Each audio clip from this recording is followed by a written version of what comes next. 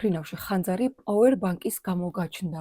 ეს შემთხვევა მოხდა 2025 წლის 18 ოქტომბერს Air China-ს რეისზე, რომელიც მიფრინავდა სანჩჟოუდან კორეაში, ანუ სეულში. ვიღაცას ჰქონდა ბორტზე პაუერბანკი, რომელიც იყო აი ამ საბარგულის განყოფილებაში, სადაც მას ცეცხლი გაუჩნდა.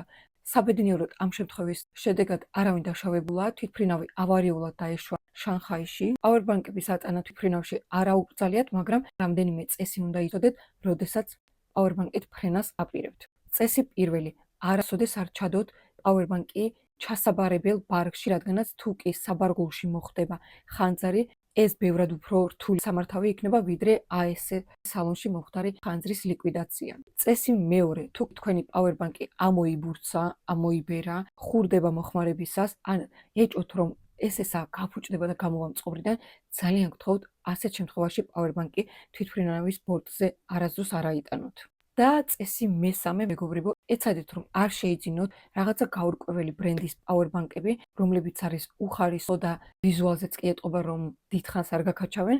შეიძინეთ შეძლების დაკვარად შემოწმებული, სერტიფიცირებული ბრენდების პაუერბანკები.